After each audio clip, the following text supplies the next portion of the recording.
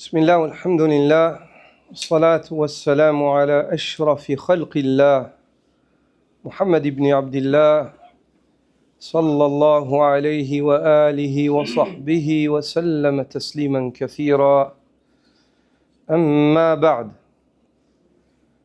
On a évoqué dans un des cours passés, après la prière du Fajr, certains bénéfices à tirer de Surat al-Fatiha ou certaines utilités dont il est primordial qu'elles n'échappent pas à la connaissance du croyant qui la lit dans toutes ses prières obligatoires et surrogatoires afin qu'il puisse méditer sur al-Kitab, sur la mère du livre, le Coran alladhi utiya an-nabi sallallahu alayhi wa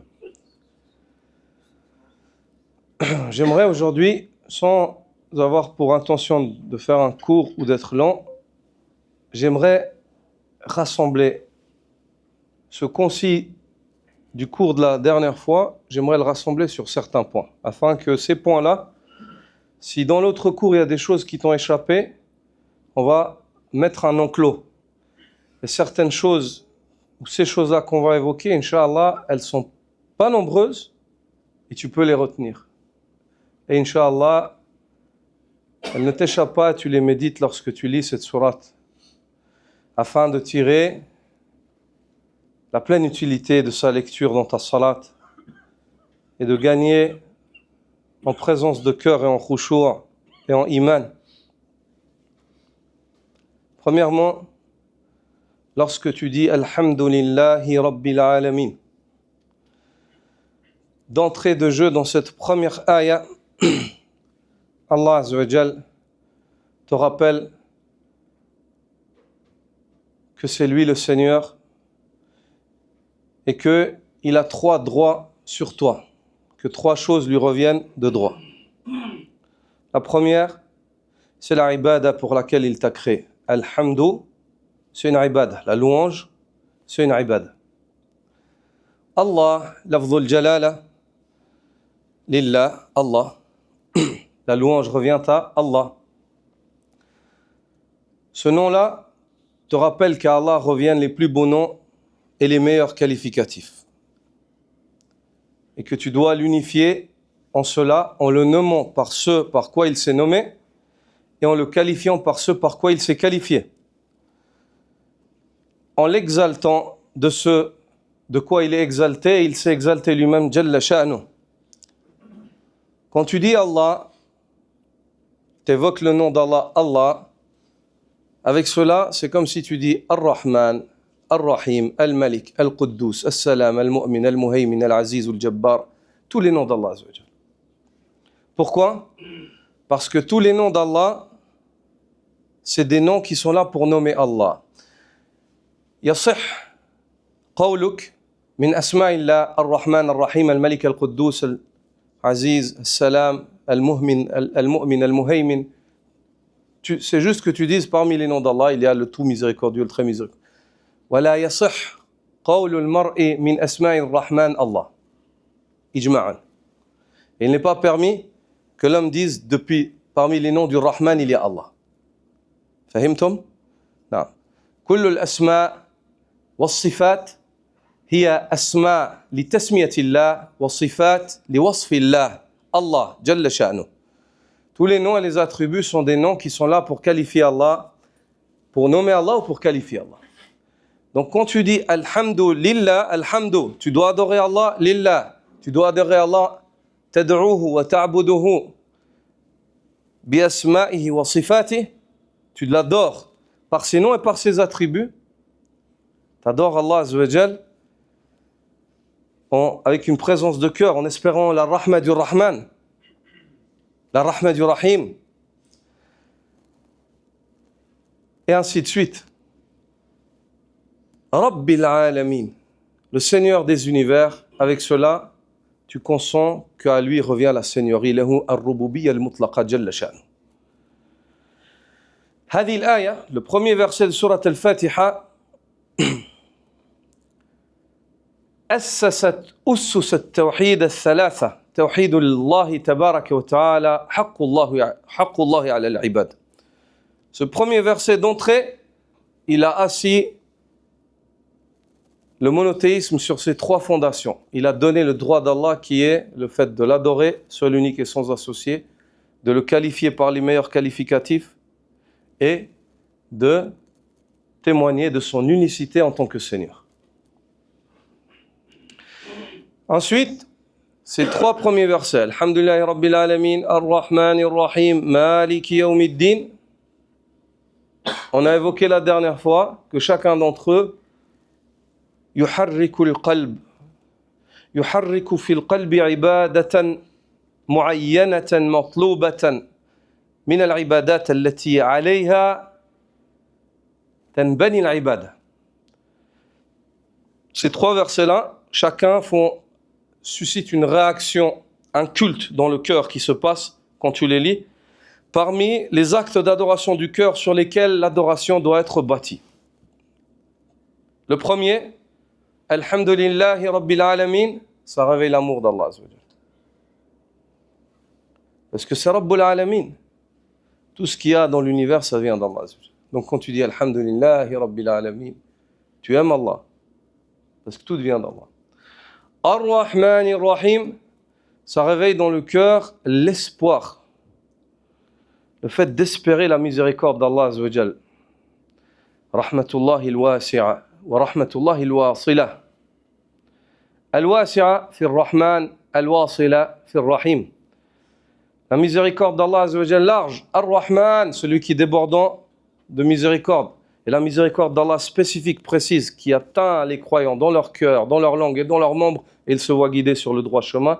La miséricorde de celui qui est très miséricordieux. Wa kana bil mu'minina rahima. Et pour les croyants, il est très miséricordieux. Donc, لما تقرأ هذه الآية ترجو رحمة الله عز وجل الواسعة والواصلة. مالك يوم الدين. Quand tu lis ce verset-là, يتحرك في القلب الخوف والوجل من الله عز وجل.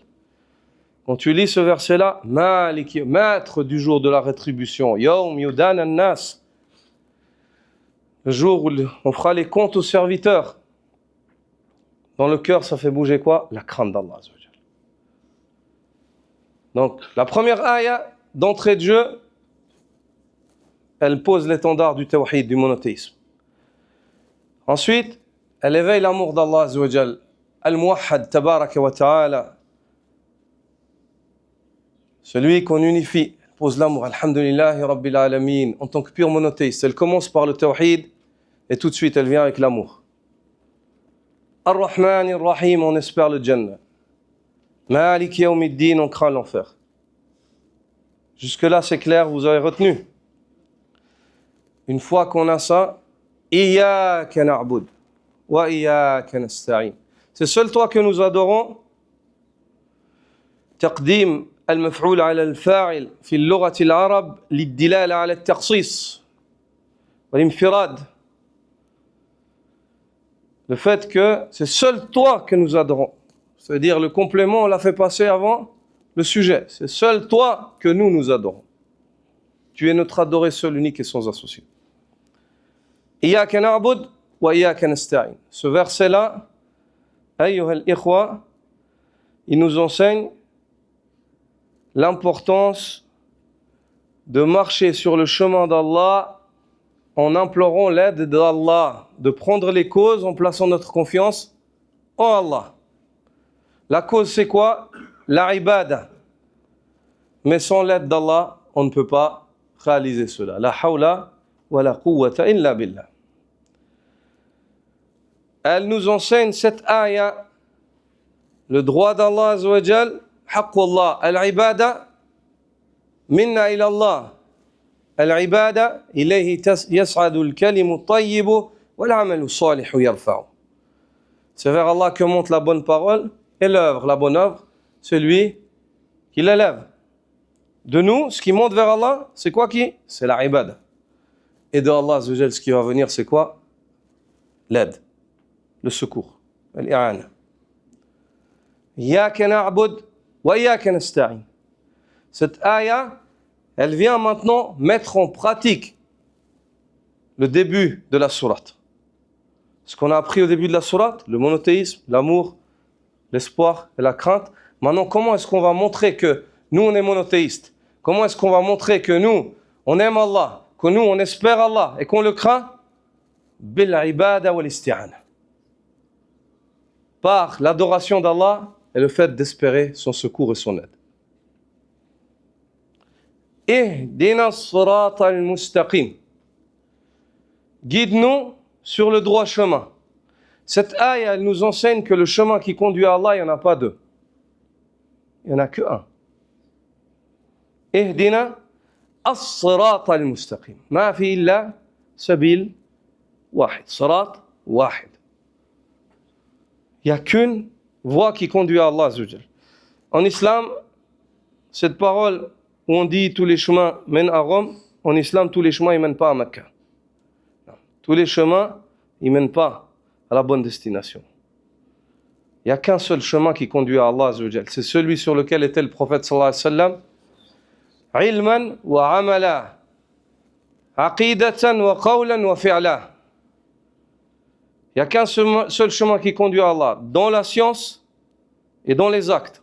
Dans les convictions, les paroles et les actes. Il n'y a qu'un seul chemin. Le chemin du prophète sallallahu alayhi wa sallam est celui qu'ont suivi les muhajirin et les ansar. Ihdina as-sirata al-mustaqim. Guide-nous sur le droit chemin. Sirata alladhina an'amta alayhim, le chemin que tu as comblé de tes bienfaits.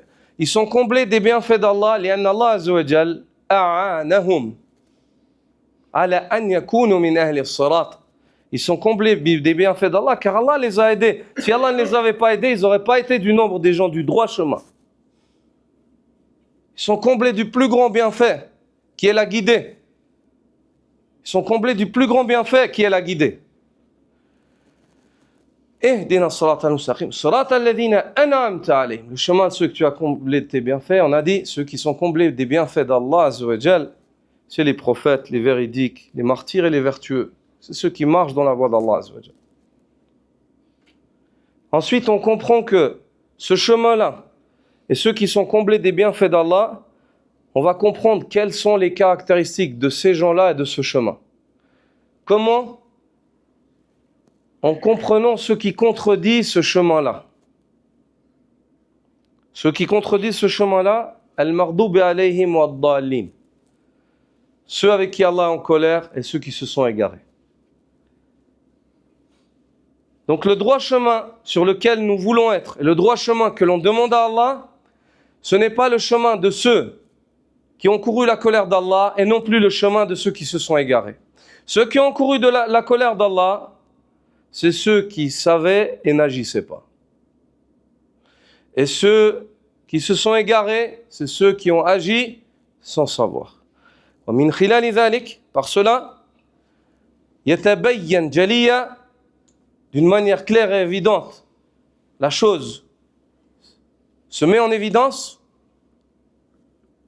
que le droit chemin, c'est le chemin qui connaît deux barrières, qui est cerné par deux barrières qui sont son enclos. La science utile et sa mise en pratique. Al-ilm al-nafi' wa al-amal al-salih. Le savoir bénéfique et sa mise en pratique. Ça, c'est ce que tu dois, en résumé, les points essentiels que tu dois jamais oublier de Surat al-Fatiha. Quand tu la lis dans la prière, afin que Surat al-Fatiha ce soit une maw'idha pour toi, dans ta salat. Une exhortation. Alhamdulillahi Rabbil Alamin, je suis monothéiste et j'aime Allah. Ar-Rahman ar-Rahim, j'espère sa miséricorde. Malik Yawmiddin, je crains son châtiment. Qu'est-ce que je dois faire? Al-Ibada. Wa ma khalaqtu al-jinna wal insa illa liya'budun. Iyyaka na'bud. C'est seul toi que nous adorons. Nous t'adorons en tant que monothéiste, on t'aime, on espère ta miséricorde, on craint ton châtiment. Wa iyyaka nasta'in. Aide-nous, ya Rabbal Alamin. Aide-nous dans cette mission et dans cette tâche. Ihdina as-sirata. Et pour qu'on assure sur ce chemin-là, pour qu'on réalise, qu'on arrive à bon port, guide-nous sur le droit chemin. As-sirat al-mustaqim. Le seul droit chemin. Il n'y en a pas deux. C'est quoi ce droit chemin? Le chemin de ceux que tu as comblés de tes bienfaits. Qui sont ceux-là? Ce sont ceux envers qui Allah n'est pas en colère et ceux qui ne sont pas égarés. Qui sont ceux avec qui Allah est en colère? C'est ceux qui savent mais n'agissent pas. Ceux qui se sont égarés, ceux qui ont agi sans savoir. Donc on comprend quoi? Que le droit chemin qui conduit à Allah, c'est le chemin du savoir et de l'œuvre pieuse. Il faut apprendre et mettre en pratique. Il faut que ton apprentissage et ta mise en pratique, tu le fasses en tant que monothéiste, parce que tu aimes Allah, parce que tu espères sa miséricorde et tu crains son châtiment. سبحانك اللهم وبحمدك أشهد أن لا إله إلا أنت أستغفرك وأتوب إليك. جزاكم الله خير. إنها أنزلنا عليك الكتاب للناس بالحق فمن اهتدى فلنفسه ومن ضل فإنما يضل عليها وما أنت عليهم بوكيل.